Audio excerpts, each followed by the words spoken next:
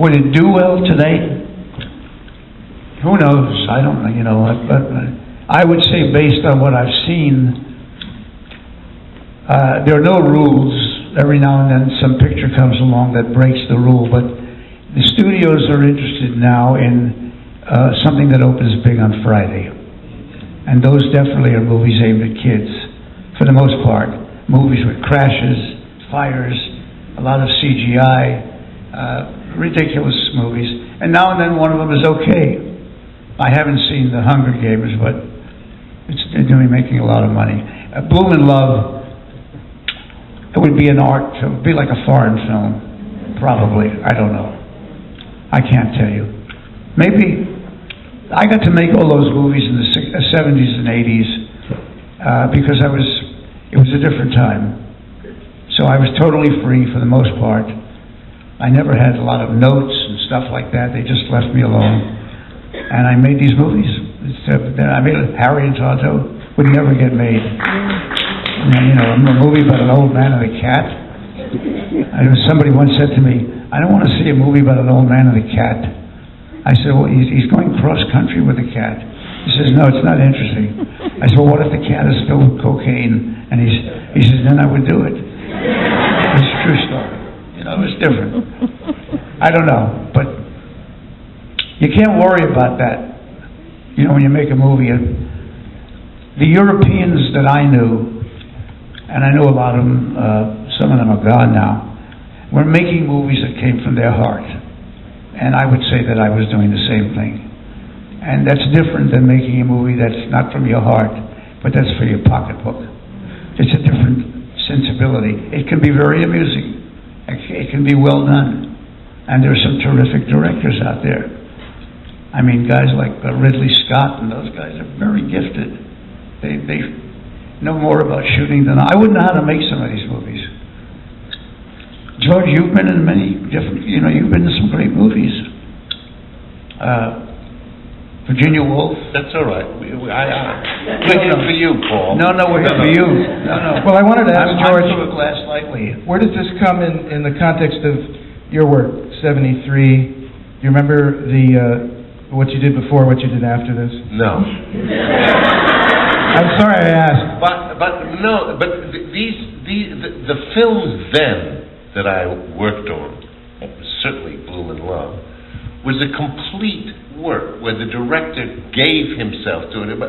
We were over in England. I guess I was doing Touch of Class. I don't know, but Paul was over there. He spent time with me and my wife and family.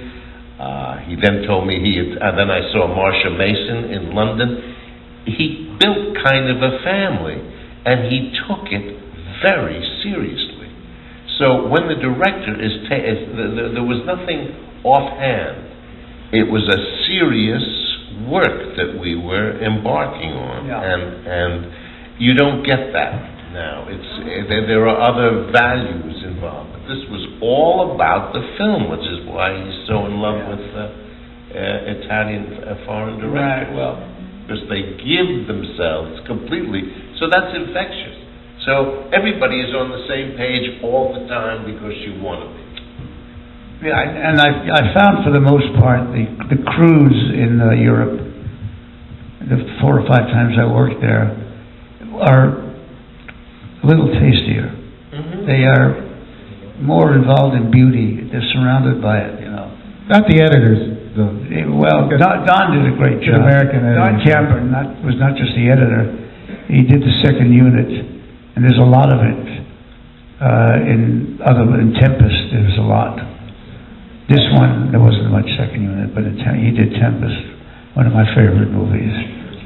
John Cassavetes. Yes, go ahead. And he was also on California Split. Is that right, Don? Yes, that's right, too. Thank you. Right about Easy Rider.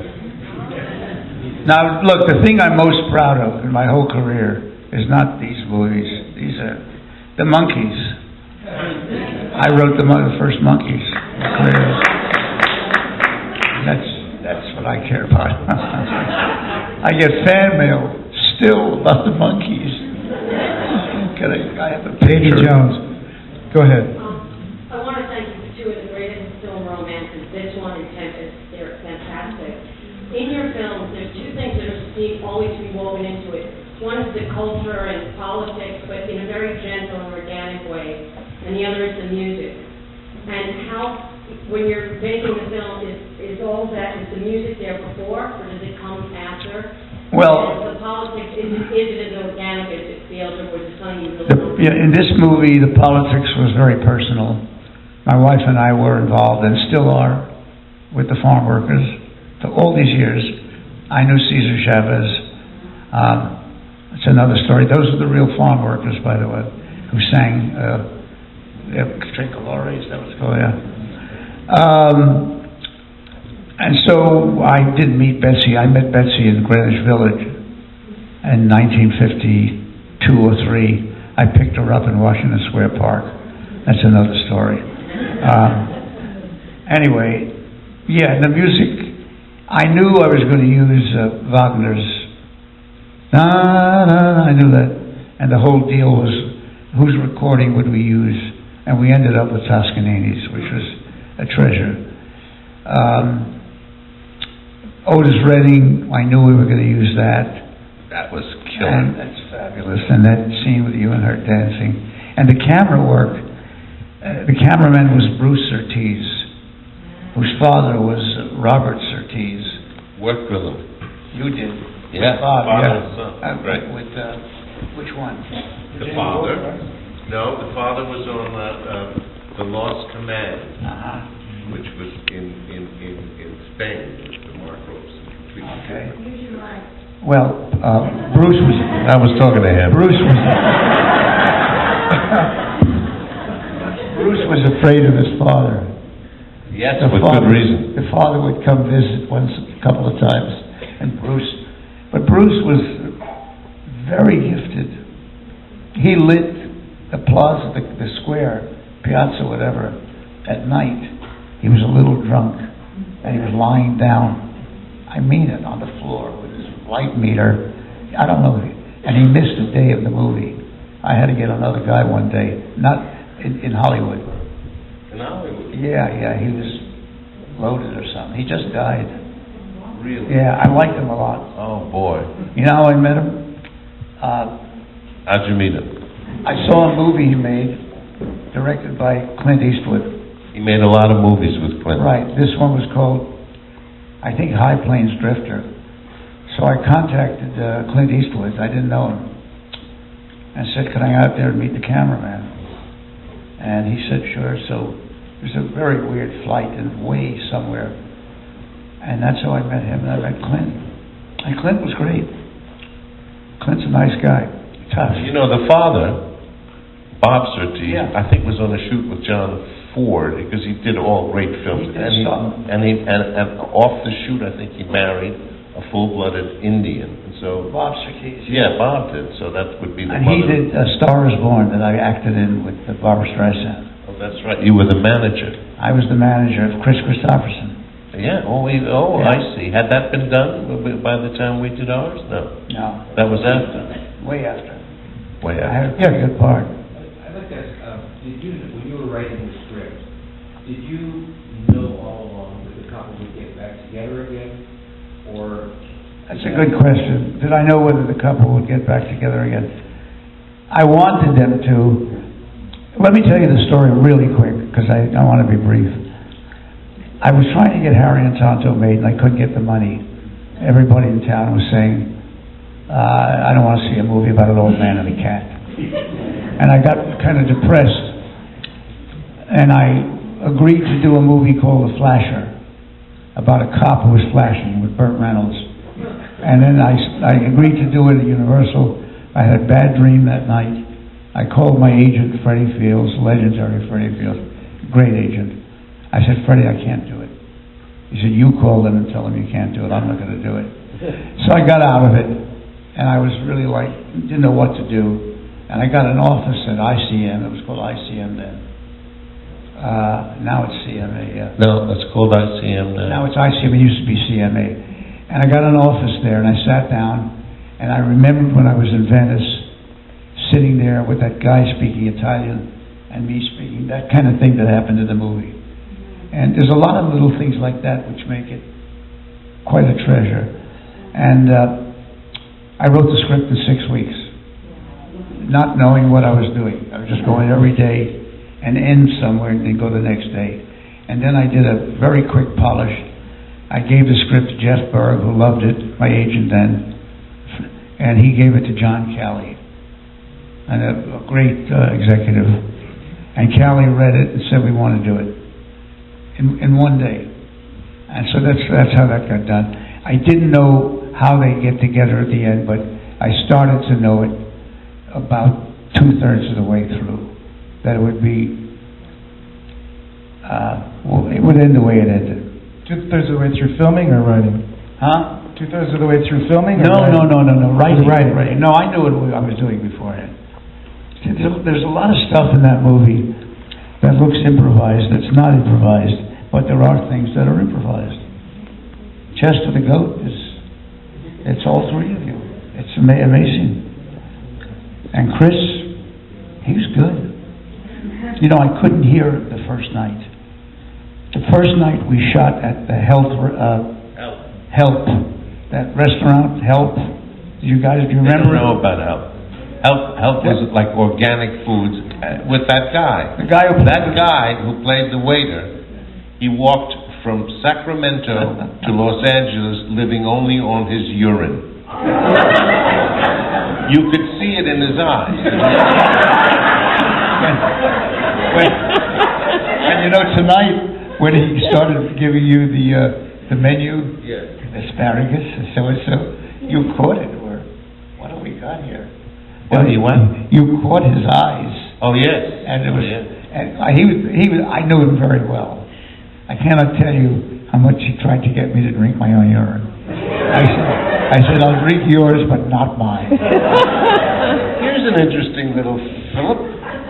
So in that Otis Redding thing, things were a little rocky. That was called night shooting, and I was calling my then wife on the phone by Leo Latito, who was the makeup man, by his, because I had that false beard on, and he had an old-fashioned curling iron, and as I was nervously calling my wife, I was tapping my fingers on what I thought was a piece of metal, but they stuck to it because it was a hot curling iron. So Leo Latito, who had a plate in his head from the Marshall Islands in the Pacific during World War II, said, "Oh yes," and he gave me ice, and it was terrible burning, and I had to go out and do that Otis Redding, so I had to act the rest of it. So he said, a guy got hit with a manta ray on the beach at one of the islands in the Pacific, and he had a burn all the way across here, and all the natives came and peed on him. So my suggestion is you go in the toilet and pee on your burned fingers. I'm telling you, it's a miracle. The pain goes right away, and I did that whole Otis Redding thing. How do we get onto this? Is this a urine-related question, or? Go ahead. Any other questions? Yeah, we got one back there. Go ahead. This is for Paul. Did you know that you wanted George Segal immediately for the role, and for George, when you read the script, did you want to do it immediately? Yes. He did. I started out with Warren Beatty and Julie Christie. And Warren Beatty could put you in a hospital with his indecision. I said, forget it. And I went right to George. And George was then fighting stress. You ought to speak into your microphone. I don't have to. And then I gave it to George, and he loved it, and he wanted to do it. He was in a great movie with Glenda Jackson, which came out, unfortunately, Touch of Class? Yeah. They shouldn't have released our movie right in the same period as Touch of Class. And there was also there was some strike going on. There was a lot of weird stuff. But, listen, getting a movie made was difficult in many ways then, but for the most part, I had an easy time in getting most of them made. I will say that. Harry and Tonda was turned on 28 times. It was. Unmarried Woman was turned down about 7 times. This one was never turned down. I gave it to John Calley, said it's a go. And when they wanted me to use Ally McGraw or what's her name, Candy Bergen, and I wanted Susan, who's a greater actress, but they were beautiful women. Yes, sir. Did you use the same cinematographer in all the movies? The cinematographer was great in these movies that I've seen. Cinematographer, you said? Yes. No, I had 4. Don McAlpine, an Australian, did 4 of my movies. He did Tempest, Moscow on the Hudson, The Moon Over Parador, and Down and Out in Beverly Hills. Fred Murphy did 4 of mine. He did Enemies, a Love Story, which I urge you to see. That's one of my favorite movies. I'll tell you a quick enemy story in a second. I had Sven Nykvist, the great Swedish cameraman, Bergman's cameraman, and I asked him one day, does Bergman have any humor? He said, yeah, Paul, sometimes Ingmar has a funny nightmare. No joke. True story. I got to work those jokes in. I haven't used the same. They're not always not available, but you like to use the same ones. I've been very lucky. It's a long story, but you need a certain amount of, shall I say, serendipitous luck. You know, the fact that Warren didn't do it, and I got George, and George is Bloom. I can never see anybody else. He's Bloom. And I know Warren very well. He's talented and all of that, but it would have been more of a Goyish Bloom. You know, It wouldn't look as good in a beard either, I don't think. no, by the way, the beard was sensational. The early beard, the middle beard, the later beard, they were, because I see a lot of movies where the hairdos now of some of our local broadcasters, the girls look like hookers. The weather girls now are like hookers. The weather. We're going a little far afield, but what the hell? Weather girls as hookers. Guys are older guys with comb-overs, you know. It's very bizarre. I think we have time for a couple more. Yeah? A couple more questions? Yes. You've been so prolific in your writing, in directing, and production, especially in the 70s and 80s. Did you have scripts that you were working on that took a while, or you were at the same time, or was it just one script? No. I would write a script or co-write a script after making a movie. It would be like a year and a half between movies. That's pretty quick for me, anyway. But I've written about 10 scripts that have never been done with Leon Capitanos and others, and I would say that a few of them I've already made in my head. I'll probably never get to make them. That's the way it is. You got to keep moving. It's about movement and serendipity. I believe in that. You need a little luck. You know, Art Carney, who won the Academy Award for Harry and Tonto, I had offered it first to Jimmy Cagney, who had quit, he had retired. I offered it to Cary Grant. Cary Grant read it, and I got a phone call at my house. Paul Mazursky, please. And I said, Judy. He said, no, this is Cary Grant. I read your script, it's delightful. I quit, I retired. I'm working for Fabergé. Why don't you try Jimmy Cagney? I said, I did. He's retired. I went to Laurence Olivier. He couldn't do it. Then I thought about Art Carney, and it worked. I offered it to Danny Kaye before Art Carney, and Danny thought it should be more falling against the wall and tripping and stuff like that, stuff that I do now. And he was wrong. I said to him, Danny, if you do this, you'll win the Oscar. And his wife said, Danny, do it. He didn't do it. So there was luck. And I don't think we ever had a rough moment, George. Ever. Yes, over Yes. this lovely woman. Larry, I just wonder because it is, I guess. Did you call me Larry? Is that wrong? No, Larry Tucker is his name. Larry's partner was Paul Mazursky. She's got it now. Okay, anyway, I wonder because BLUME, of course, we assume, is a nice Jewish boy. And he's going through all of this stuff with this wonderful woman. Where was his mother? Well, that's a good thing, but I was through with the mother stuff at that point. You want to see my mother, go see next time Greenwich Village. Where was his mother? It's a good question. Who knows? Go ahead. For George, are you doing anything on Broadway or on stage anymore? And if you haven't, have you seen the revival of Who's Afraid of Virginia Woolf in Broadway? No. No, because it's Broadway. Yeah. No. You're not going back on stage? Yeah, you got something?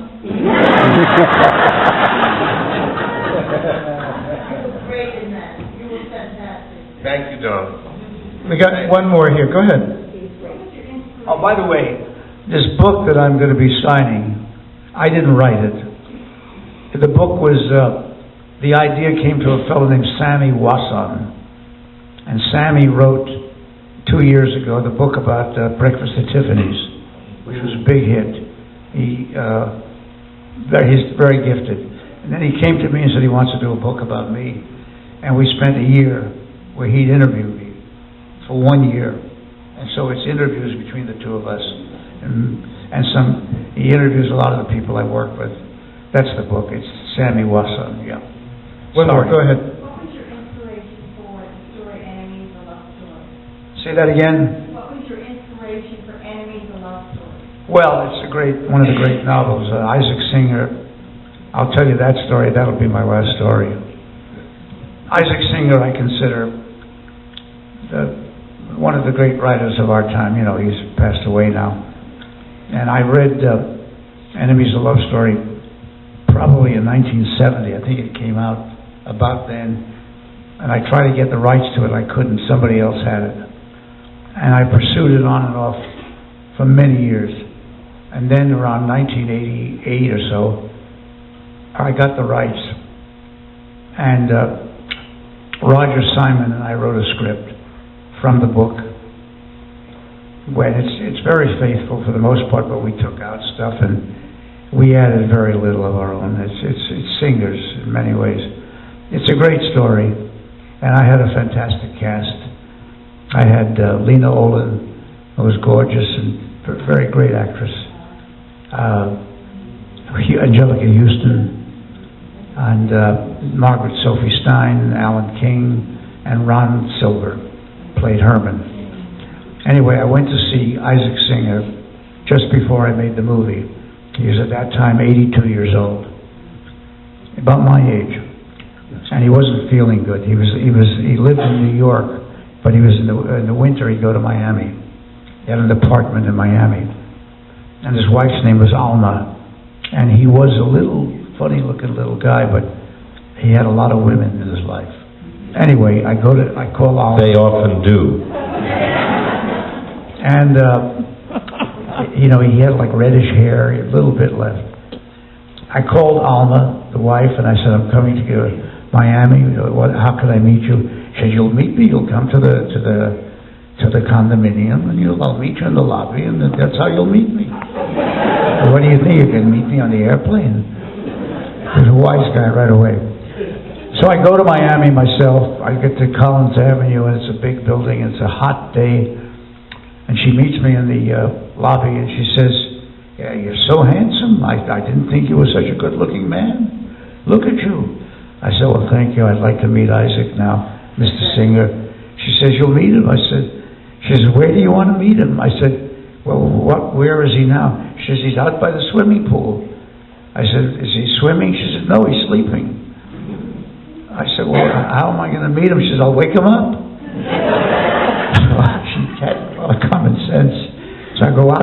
pool, and it's like a David Hockney painting. It's a swimming pool with the Atlantic Ocean behind it, with those lines, and this little man in like a seersucker jacket and pants that don't match, with a little hat, what I call a Jewish hat, I can't think. And he's kind of sleeping, and he's got a Latina nurse next to him in white. And Alma goes over and grabs his head and says, Isaac, wake up. It's Paul Mazursky, the butcher who's going to make a movie from Enemies. And Singer wakes up and grabs my hand, but tight. And he says, I didn't like what Barbara Streisand did with Yentl.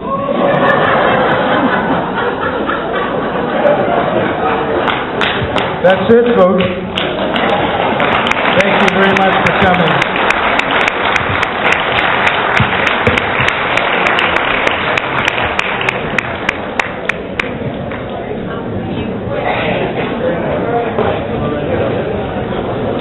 By the way, you should go to Ventura to see Lorenzo's film festival. Thank you all for coming. Thank you, Paul, George, and Lorenzo, for a great conversation. Please join us at the book signing at the Audrey's Museum store in the lobby. Paul will sign the books right out front. And so if you have a question or you want to meet him, please go there. Don't come to the stage. Thank you so much.